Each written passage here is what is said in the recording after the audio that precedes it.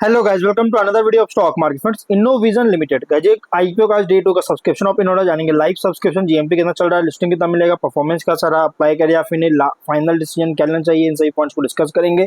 और ये कोई रिकमेंडेशन वीडियो नहीं, इसलिए जो भी फाइनल डिसीजन होगा अपने रिस्क पर लीजिएगा। चलिए फ्रेंड्स, वीडियो को स्टार्ट करते हैं।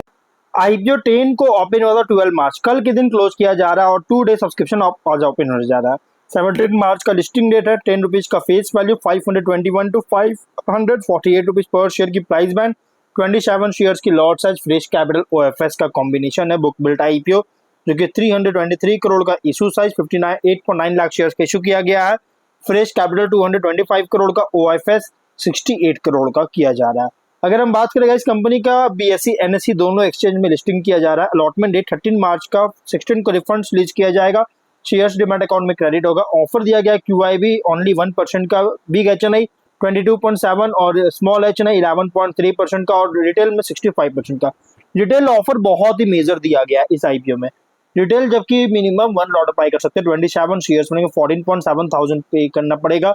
मैक्सिमम 13 लॉट अप्लाई कर सकते हैं, 1.9 लाख रुपीज पे करना पड़ेगा। Small HNI minimum 14 lot apply कर सकते हैं, 2.1 लाख रुपीज पे करना पड़ेगा। मैक्सिमम 67 लॉट अप्लाई कर सकते हैं, 9.9 लाख रुपीज पे करना पड़ेगा।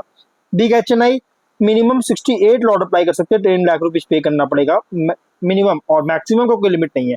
लेकिन अगर 5 टाइम सब्सक्राइब होता है रिटेल में, स्मॉल एचएनआई, बिग एचएनआई जिस कैटेगरी में, और जिसमें भी होगा उसमें मिनिमम लॉट होगा। जैसे स्मॉल रिटेल में ओनली 1 लॉट, स्मॉल एचएनआई में ओनली 14 लॉट, बिग एचएनआई में ओनली 68 लॉट अलॉटमेंट किया जाएगा। इससे अलॉटमेंट नहीं होगा अगर 5 टाइम सब्सक्राइब होता है तो।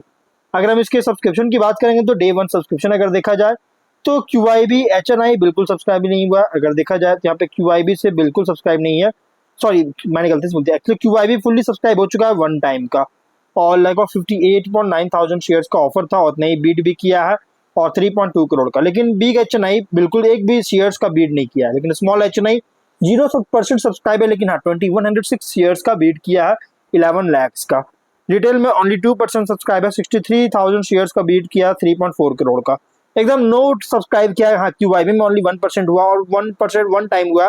लेकिन गाइज क्यूआईबी में ऑफर भी ओनली 1% का ही था, बहुत कम। और टोटल हुआ 2% सब्सक्रिप्शन जो कि 1.2 लाख शेयर्स का बीट किया, 6.8 करोड़ का। बहुत ही नेग्लिजिबल, मतलब डे 1 में कोई सब्सक्राइब अगर देखा तो कोई सब्सक्रिप्शन देखने को नहीं मिला डे 1 में। इसका सबसे बड़ा रीजन क्या है, इसका जो ऑफर जो कैटेगरी दिया गया, कैटेगरी वाइज जो ऑफर दिया गया ना, ये क्योंकि क्यूआईबी 50% ऑफर दिया जाता है, एचएनआई 15% का, और रिटेल 35% का ऑफर दिया जाता है मेन बोर्ड आईक्यू में। और मैक्स टू मैक्स अगर बात करें तो रिटेल में ओनली 10% का ऑफर दिया गया था। लेकिन मेनली जो फंड जो रेज होता है क्यूआईबी कैटेगरी से होता है, लेकिन इसमें गाइस ओनली 1% का दिया गया। इस वजह से थोड़ा सा कंसर्न रेज करने वाली बात है। अगर जीएमपी बात करें तो 0 रुपीज का, जिसके अकॉर्डिंग कंपनी फ्लैट या तो डिस्काउंट लिस्टिंग कर सकता है। वहीं बिजनेस की बात करें तो ज्यादा कुछ बात नहीं करूँ, मैंने ऑलरेडी वीडियो बना रखा है जो कि man power services, toll plaza management और स्किल डेवलपमेंट ट्रेनिंग का प्रोवाइड में कर रही है, जिसका बिजनेस में इंगेज है। टोल प्लाजा मैनेजमेंट जो कि इसका लायन शेयर है रेवेन्यू के लिए, और मैन पावर और स्किल डेवलपमेंट इसके बाद फॉलो किया जा रहा है सेगमेंट। और कंपनी मतलब 3 सेगमेंट है, जिसमें फर्स्ट है टोल प्लाजा मैनेजमेंट, जिससे रेवेन्यू जो है मेजर रेवेन्यू जनरेट होता है। उसके बाद मैन पावर है, फिर स्किल डेवलपमेंट है। इन 3 सेगमेंट से कंपनी रेवेन्यू जनरेट करता है। वहीं अगर हम बात करें इस कंपनी के आगे अगर देखा जाए तो फाइनेंशियल अगर देखा जाए तो 24 में 512 करोड़ का रेवेन्यू, 10 करोड़ का प्रॉफिट है। 25 में 896 करोड़ का रेवेन्यू, 29 करोड़ का प्रॉफिट है। और फर्स्ट हाफ में अगर हम बात करेंगे तो 483 करोड़ का रेवेन्यू, 20 करोड़ का प्रॉफिट है। कंपनी का फाइनेंशियल अगर देखा जाए तो टॉप एंड बॉटम लाइन में कंसिस्टेंट ग्रोथ होता हुआ देखने को मिल रहा है, अच्छी ग्रोथ देखने को मिल रही है। लेकिन ऑब्जेक्टिव क्या है, तो मेनली कंपनी लोन रिपेमेंट करना चाहता है, working capital requirement, general corporate purpose के लिए फंडिंग चाहता है, इसके लाइक को लेकर आया।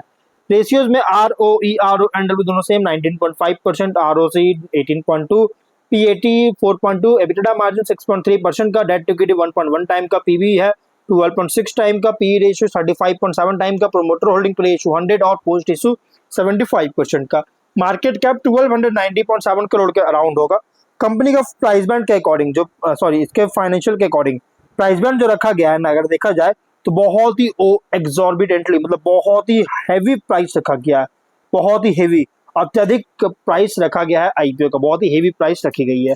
अगर हम इसके कॉम्पिटिटर की बात करें तो कंपनी का कॉम्पिटिटर जो है अगर देखा जाए तो इसका कॉम्पिटिटर है Crystal Integrated Services, Updated Services, SIS Limited, Quess Corp, Highway Infrastructure Limited, इसके कॉम्पिटिटर जो कि सेम बिजनेस करता है।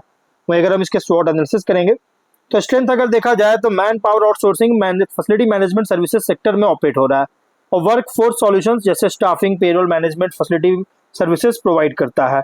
एसेट लाइट बिजनेस मॉडल है जो कि कंपनी मेनली डिलीवर करता है सर्विसेज का, मैन्युफैक्चरिंग प्रोडक्ट्स डिलीवर नहीं करता है, सर्विसेज डिलीवर करता है, इसलिए guys asset light business model है।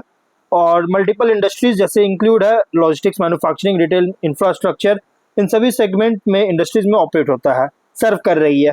और आउटसोर्स्ड वर्कफोर्स मैनेजमेंट का लिए डिमांड बहुत तेजी से ग्रो कर रहा है, जिससे लॉन्ग टर्म सर्विसेज डिमांड को सपोर्ट करता है। ऑपरेशनल प्रेजेंस बहुत ज़्यादा है अलग अलग लोकेशंस में, जिससे क्लाइंट रीच को एक्सपैंड करने में हेल्प करता है।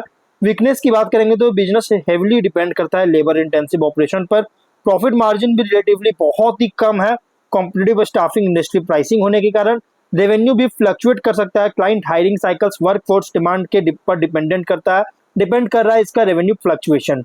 और हाई एम्प्लॉय टर्नओवर कॉमन होता है मैन पावर आउटसोर्सिंग बिजनेसेस में, और लार्ज क्लाइंट कॉन्ट्रैक्ट्स पर रिकरिंग रेवेन्यू के लिए डिपेंडेंस हेवी है, जो कि इस कंपनी के लिए थोड़ा सा कंसर्न रेज करने वाली बात है गाइस। अपॉर्चुनिटीज की बात करेंगे तो जिस तरह कॉर्पोरेट ट्रेंड का जो है ग्रो बहुत तेजी से हो रहा है outsourcing man power facility management services की ओर, एडिशनल एचआर सर्विसेज जिसमें इंक्लूड है ट्रेनिंग, कॉम्प्लायंस, पेरोल सॉल्यूशन जैसी एचआर सर्विसेज का भी एक्सपैंड कर रहा है। और सेक्टर अलग अलग सेक्टर्स जैसे logistics, e commerce, infrastructure sector से डिमांड बहुत तेजी से राइज हो रही है। ऑपरेशंस को न्यू ज्योग्राफिक रीजन्स में एक्सपैंड करने का अपॉर्चुनिटी मिल रहा है कंपनी के लिए। टेक्नोलॉजी इंटीग्रेशन किया गया एचआर मैनेजमेंट में, जिससे ऑपरेशनल एफिशिएंसी को इंप्रूव कर सके। थ्रेट की बात करेंगे तो कंपटीशन बहुत ही स्ट्रांग है established staffing HR outsourcing company से, जिसके सामने कंपनी कुछ बहुत छोटी कंपनी है। और लेबर लॉज, एम्प्लॉयमेंट रेगुलेशंस में अगर कोई चेंज होता है तो सर्विस डिलीवरी को अफेक्ट कर सकता है। इकोनॉमिक स्लो डाउन अगर होता है तो जो कॉर्पोरेट क्लाइंट से जो डिमांड, हायरिंग डिमांड है उसको रिड्यूस कर सकता है, जिससे इस कंपनी के लिए डायरेक्टली इंपैक्ट करेगा।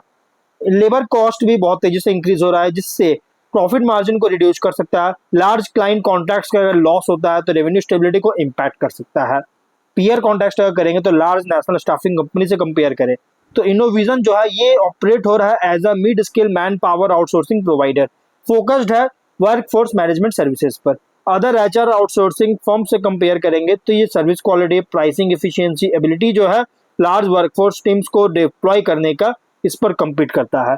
इन्वेस्टर के लिए आईपीओ रिप्रेजेंट कर रहा है as a services and man power outsourcing sector play, जहां ग्रोथ पूरी तरह डिपेंड करता है कॉर्पोरेट हायरिंग ट्रेंड्स और आउटसोर्सिंग डिमांड पर। तो अगर हम बात करें गाइस तो कंपनी जो है ना ये बहुत ही प्राइसी बेट आईपीओ है, और इसलिए गाइस आप इसको इग्नोर भी कर सकते हैं। बट हाँ, अगर रिस्की इन्वेस्टर तो आप इसे medium to long term consider कर सकते हैं।